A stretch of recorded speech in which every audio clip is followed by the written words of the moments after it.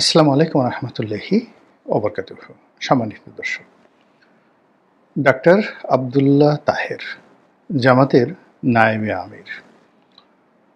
নায়েবে আমির শব্দটা তারা তাদের মতো করে ব্যবহার করে। আমাদের অন্যান্য যে গতানুগতিক রাজনৈতিক দলগুলো রয়েছে সেখানে এই পদবিটি সহসভাপতি, এরকম একটি পদ।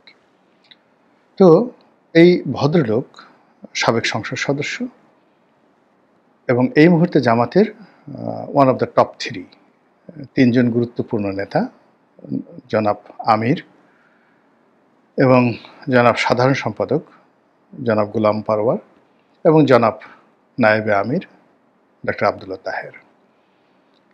এর বাইরে আরও জামাতের প্রায় ডজন খানেক গুরুত্বপূর্ণ নেতা আছেন যারা এই সময়টিতে জনগণের সম্মুখে আসছেন। জামাত সেই 2009 সন থেকে আমি টকশো শুরু করি। তো সাধারণত জামাতের লোকজন টকশোতে আসতে চাইতেন না। আমি দুইবার জিল্লুর রহমান সাহেবকে কনভিন্স করে দুজন অতিথিকে আমি ডেকেছিলাম। মূলত আমার ইন্টারেস্টে একজন ছিলেন জামাতের হামিদুর রহমান আজাদ, তখন সংসদ সদস্য ছিলেন, এবং ওই অনুষ্ঠানের মাধ্যমে তার সঙ্গে আমার একটা ব্যক্তিগত সম্পর্ক স্থাপন হয় এবং সেই সম্পর্কটি এখনও বন্ধুত্বের পর্যায়ে রয়ে গেছে। হামিদুর রহমান আজাদ, ডক্টর হামিদুর রহমান আজাদ। আর একজন হলেন জনাব তাজুল ইসলাম, এখন যে চিফ প্রসিকিউটর রয়েছেন আন্তর্জাতিক ট্রাইব্যুনালের, অপরাধ ট্রাইব্যুনালের। তো ওনার সঙ্গে যখন দেলোয়ার হোসেন সাঈদীর বিচার হচ্ছিল বা যুদ্ধাপরাধের বিচার হচ্ছিল, তিনি প্রায় সবার পক্ষেই ওকালতি করছিলেন। ওই সময়টিতে চ্যানেল আইয়ের তৃতীয় মাত্রার একটি অনুষ্ঠানে আমি জিল্লুর সাহেবকে বললাম যে ওই ভদ্রলোককে ডাকেন।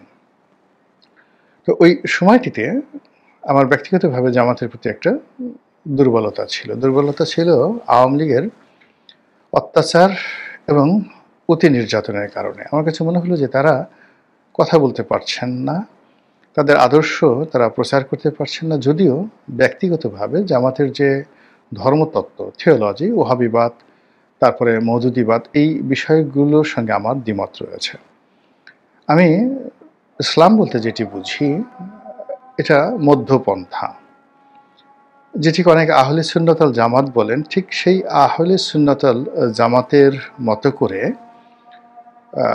ধর্মকর্ম করা, আবার একই সঙ্গে জামাত যেটা অপছন্দ করে, অর্থাৎ এই যে পীর, মাজার, কবর পুজো করা, এগুলো নিয়ে বাড়াবাড়ি করা, এই বিষয়গুলো আমার পছন্দ নয়। তবে আমার সাথে এই দুই গ্রুপেরই একটা দূরত্ব। সেই দূরত্বটা হলো জামাত যেভাবে মাজার পূজারীদেরকে, পীর পূজারীদেরকে বা যারা পীরতন্ত্র করেন তাদেরকে ঘৃণা করে, তাদেরকে প্রতিরোধ করতে চায়, তাদেরকে অপদস্থ করতে চায়, এই জায়গাটাতে আমি দ্বিমত পোষণ করি। আবার আহলে সুন্নাত ওয়াল জামাতের যারা লোকজন রয়েছেন তাদের একটা ধারণা যে তারা ছাড়া অন্য মতাদর্শে যারা লোকজন তারা ভালো না, অনেকে কাফের, অনেকে ইসলাম থেকে খারিজ হয়ে গেছে। আপনি কিছু আলেম ওলামা যারা আছেন, যারা আহলে সুন্নাত ওয়াল জামাতের ধারক বাহক বা মুখ্য আলেম হিসেবে মনে করেন, দেখবেন যে এরা খুবই অহংকারী, প্রচণ্ড অহংকারী, এবং তারা খুব গালাগালি করেন, উগ্রতা দেখান এবং নিজেদের শ্রেষ্ঠত্ব তারা জাহির করেন। এই লাইনের, অর্থাৎ আহলে সুন্নাত ওয়াল জামাত বাংলাদেশে অনেকে প্রতিষ্ঠা করেছেন একটা ধারাবাহিকতা, কিন্তু আমি 80-র দশকের থেকে বেশ কয়েকজন লোককে চিনি যারা এখন যারা আহলে সুন্নাত আছেন, তাদের সবারই উস্তাদ ছিলেন উস্তাদুল আল্লাম।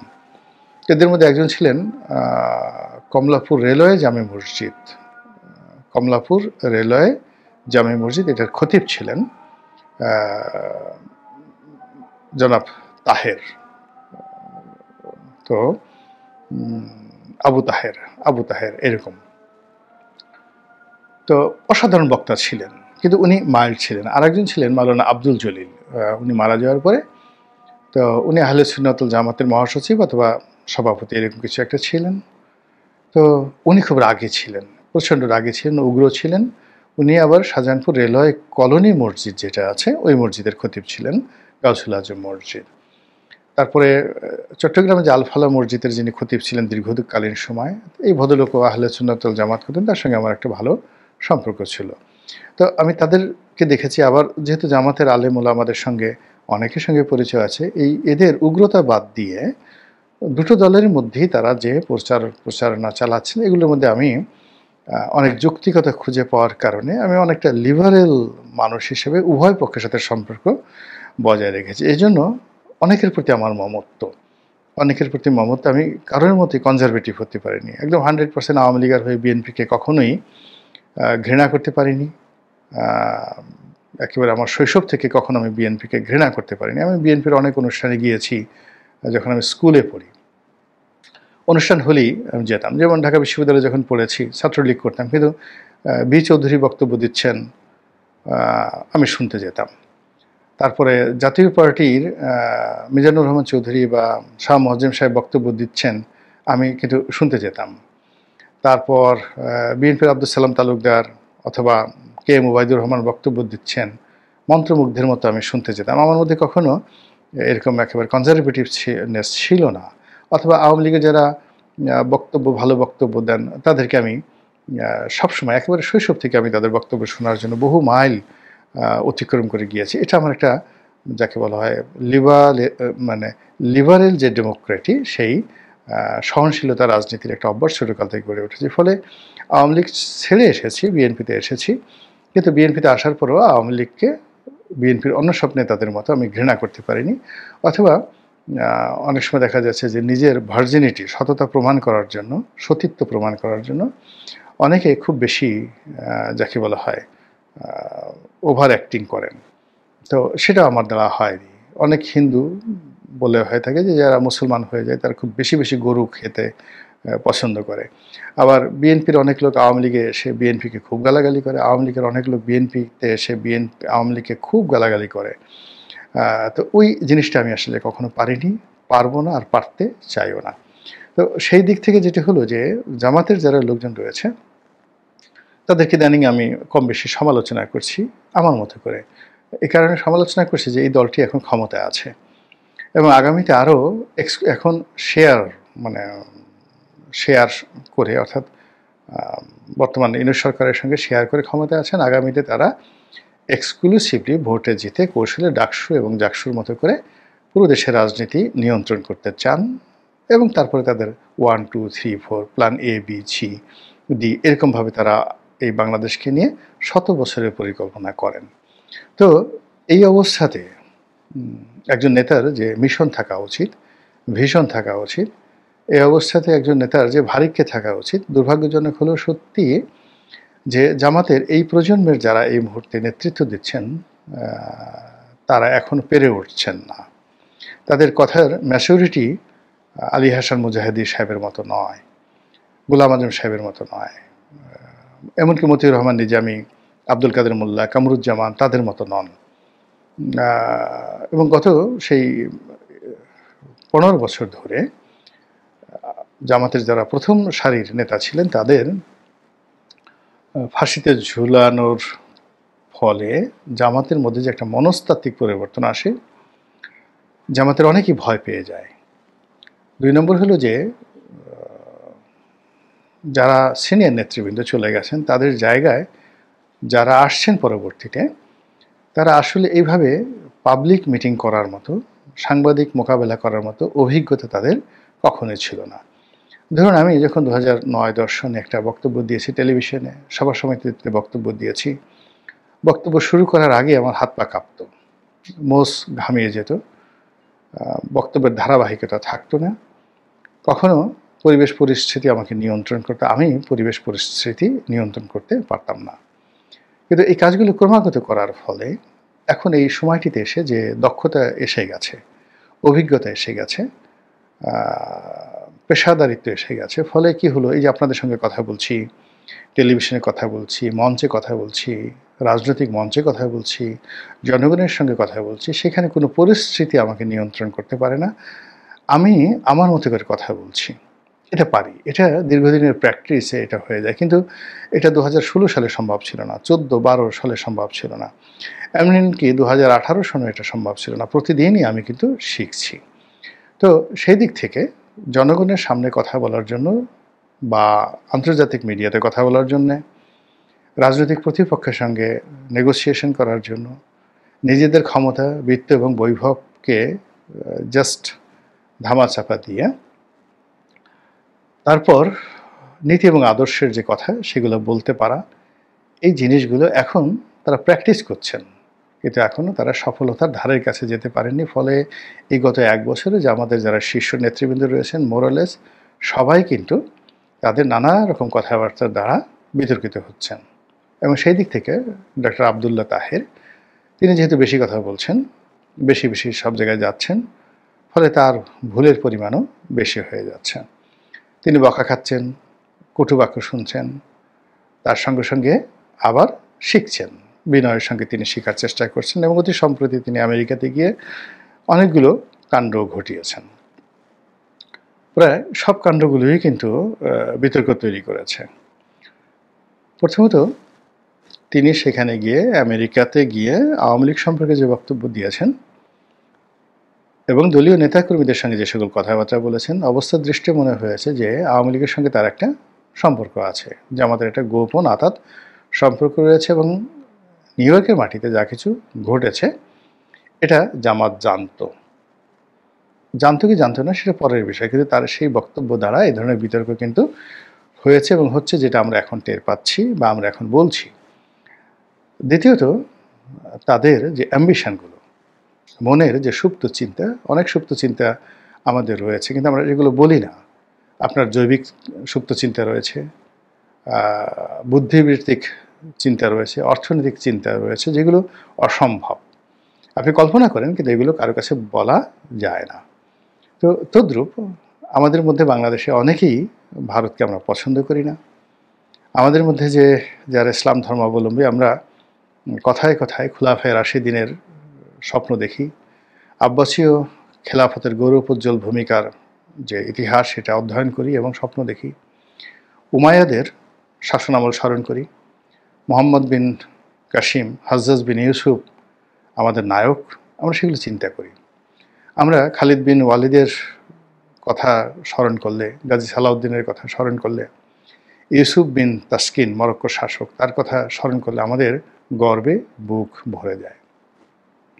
আমাদের দেশে অটোম্যানদের সম্পর্কে আমরা তেমন একটা জানতাম না, কিন্তু বাংলাদেশের দীপ্ত টেলিভিশনে সুলতান সুলেমান কয়েকটি সুলতান সুলেমান, কোসেম এরকম কয়েকটি পর্ব প্রকাশিত হওয়ার পর অটোম্যান ডাইনেস্টি সম্পর্কে আমাদের যে আগ্রহ, উদ্দীপনা এখন তুঙ্গে। আমরা এখন সবাই সুলতান সুলেমান, সুলতান তৃতীয় মুরাদ, সুলতান মেহমেদ যিনি কনস্টান্টিনোপল দখল করেছিলেন, তো আমরা সবাইকে শ্রদ্ধা করি এবং ওইরকম একটা ডাইনেস্টি আমরা তৈরি করতে চাই। এবং সেই ডাইনেস্টি তৈরি করার যে স্বপ্ন, সেই স্বপ্নের কারণে আমরা আবার সেই সুলতানি জমানা, ইলতুৎমিশের জমানাতে, গিয়াসউদ্দিন বলবনের জমানাতে, আলাউদ্দিন খিলজির জমানাতে, দিল্লি কেন্দ্রিক আমরা সেই সময়গুলোকে স্মরণ করি। মুঘল জমানাতে আমরা বাবর থেকে শুরু করে আওরঙ্গজেব পর্যন্ত এই যে স্বর্ণালী সময়, এই সময়টিকে আমরা ওন করতে চাই। আবার আমরা ভারত দখল করতে চাই, আবার আমরা সেখানে মুসলিম শাসন প্রতিষ্ঠা করতে চাই। এটা এই বাংলাদেশে যারা পশ্চিমে মুখ ঘুরান, নামাজ পড়েন কাবামুখী হয়ে, এমন কোনো মানুষ নেই তাদের মনে এই চিন্তাগুলো নেই। কিন্তু এখনকার যে বাস্তব পরিস্থিতি, সেই বাস্তব পরিস্থিতি এই কথাগুলো বলার মতো নয়। আমরা এই কথাগুলো বলা ঝুঁকিপূর্ণ মনে করি, দেশের জন্য, নিজের জন্য, সব দিক থেকে এই কথাগুলো বলা যাচ্ছে না। এবং এটা কতটা রিয়েলিটি আপনি চিন্তা করুন যে মুহাম্মদ রাসূলুল্লাহ সাল্লাল্লাহু আলাইহি ওয়াসাল্লাম যখন মক্কা জয় করলেন, তখন আপনি বুঝতে পারেন যে প্রবল রোমান সম্রাট, পুরো মধ্যপ্রাচ্য তাদের শাসনকর্তা হয় না। সিরিয়া থেকে যদি রোমান সম্রাটের কোনো একজন প্রতিনিধি, একজন যাকে বলে সিঙ্গেল একজন সৈনিক পাঠিয়ে দেওয়ার পর যদি মক্কার কোনো গোত্রকে বলা হয় যে একে অ্যারেস্ট করে, গভর্নর হুকুম দিয়েছেন অ্যারেস্ট করে নিয়ে যাওয়ার জন্য, ওটাকে চ্যালেঞ্জ জানার মতো ক্ষমতা আরবের বেদুইনদের তখন ছিল না। দুটো অংশ ছিল, একটা হলো সিরিয়া কেন্দ্রিক রোমান সাম্রাজ্য, আর একটা ছিল পারস্য, যাকে বলে ইয়ামেন কেন্দ্রিক, ইয়ামেনের হাদ্রামৌত কেন্দ্রিক, আবার এটাও না, আবিসিনিয়া এখন যে ইথিওপিয়া ছিল যাকে বলা হয় পারস্য ডাইনেস্টির আঞ্চলিক হেডকোয়ার্টার। তো ইথিওপিয়া থেকে আবার একজন গভর্নর পাঠানো হতো, যিনি ইয়ামেনের সেই যাকে বলা হয় রাজধানী সানাতে বসতেন। সেই গভর্নরের হুকুম চলতো দক্ষিণ আরবে, মানে আজ আমরা যেটাকে হেজাজ বলি, মক্কা মদিনা এই অঞ্চলে চলতো পারস্য শাসন। আর উত্তর আরব সেখানে চলতো রোমান সাম্রাজ্যের শাসন। এবং ওইরকমই ছিল অবস্থা যে 650 খ্রিস্টাব্দের দিকে বা আল্লাহ রাসূলের জমানাতে যদি মক্কা মদিনাতে সেই পারস্য শাসকের একজন প্রতিনিধি আসতো নিরস্ত্র এবং বলতো ওকে অ্যারেস্ট করে নিয়ে যাওয়ার জন্য, এভাবে কিন্তু হুজুর পাক সাল্লাল্লাহু আলাইহি ওয়াসাল্লামকেও অ্যারেস্ট করার জন্য লোক পাঠানো হয়েছিল। তখন আল্লাহ রাসূল বলছেন যে আপনি যার হুকুম তামিল করতে এসেছেন তিনি তো নিহত হয়েছেন, তিনি তো আর নেই। তো এই কথা শুনে তিনি ভয় পেয়ে গেলেন এবং আসলেই সেটা নিহত হয়েছিল। তো এরকম ছিল তখনকার রাজনৈতিক অবস্থা। এবং সেই রাজনৈতিক অবস্থার কারণে মক্কা জয় করার পরে তিনি কিন্তু সঙ্গে সঙ্গে মূর্তিগুলো লাত মানত উজ্জা সেই মূর্তিগুলো ভেঙে ফেলেছিলেন। কিন্তু ওখানে যে আমরা যাকে হযরত মারিয়াম আলাইহিস সালাম বলি, তারা খ্রিস্টানরা যাকে মা মেরি বলে, তার একটা ছবি ছিল ওয়ালে আঁকা। সেই ছবিটা কিন্তু রাতারাতি মোছা হয়নি। এর কারণ হলো আল্লাহ রাসূল চিন্তা করছিলেন যে এটি যদি মোছা হয় আর এটির খবর যদি সিরিয়াতে পৌঁছে এবং সেখান থেকে যদি রোমান সম্রাটের কানে যায়, আর রোমানরা যদি এই মুহূর্তে মক্কা মদিনা আক্রমণ করে, আমরা সেটা সামাল দিতে পারবো না। This is politics. তো এইভাবে অনেক কথা আমাদের হৃদয়ের মধ্যে রয়েছে, অনেক বাস্তবতা রয়েছে, কিন্তু অবস্থার প্রেক্ষিতে আমরা সেটা পালন করতে পারি না বা আমাদের করা উচিতও নয়। এখন আমরা কোনো অবস্থাতেই ভারতের সঙ্গে যুদ্ধ করার, ভারত দখল করার, এটা আমাদের স্বপ্ন হতে পারে, কিন্তু এটা 1% বাস্তবতা নেই। বরং আমাদের রাজনীতিবিদের মুখ থেকে এই ধরনের কথাবার্তা যদি বলে বা বের হয়, তাহলে যে কোনো সময় একটা দুর্ঘটনা ঘটতে 30 মিনিট সময় লাগবে না, অনলি 30 মিনিট। সব কিছু তছনছ হয়ে যাবে, এটা দ্বিতীয় সিকিম হয়ে যাবে। তো সেই দিক থেকে জামাত যেহেতু এখন ক্ষমতা লাভ করতে চায়, ক্ষমতায় যেতে চায়, ফলে তাদের বক্তব্য কতটা সংযত হওয়া উচিত এটি বলাই বাহুল্য। তারা ইতিমধ্যে গাজওয়াতুল হিন্দের কথা বলেছেন, আব্দুল তাহের তিনি সেখানে গিয়ে, ডক্টর আব্দুল তাহের। তারপরে ভারত বাংলাদেশ আক্রমণ করুক তিনি সেটা চান, এবং 71-এ যেভাবে তারা দেশমাতৃকার পক্ষে যুদ্ধ করেছেন পাকিস্তানের পক্ষে, এইবার তারা ভারতের বিরুদ্ধে বাংলাদেশের পক্ষে যুদ্ধ করে তারা দেখাবেন যে তারা সত্যিকার অর্থে দেশপ্রেমিক। ভীষণ রকম এটা রিপারকেশন তৈরি করেছে। আর সবচেয়ে আজকের যে বিষয়টি নিয়ে আলোচনা করব, তিনি একটি বক্তব্যতে বলেছিলেন যে জামাত যদি সরকার গঠন করে, তাহলে মুসলিম বিশ্ব, ধনী আরব রাষ্ট্র, তাদের যে জাকাতের টাকা আছে, জাকাত ফান্ড আছে, জামাত তাদেরকে কনভিন্স করে এই জাকাতের টাকা এনে বাংলাদেশের দরিদ্র মানুষকে সহযোগিতা করবে। ভীষণ রকম আপত্তিকর কথা। আমরা এখন বিশ্বের কোনো দেশের জাকাত গ্রহণ করার পর্যায়ে নেই।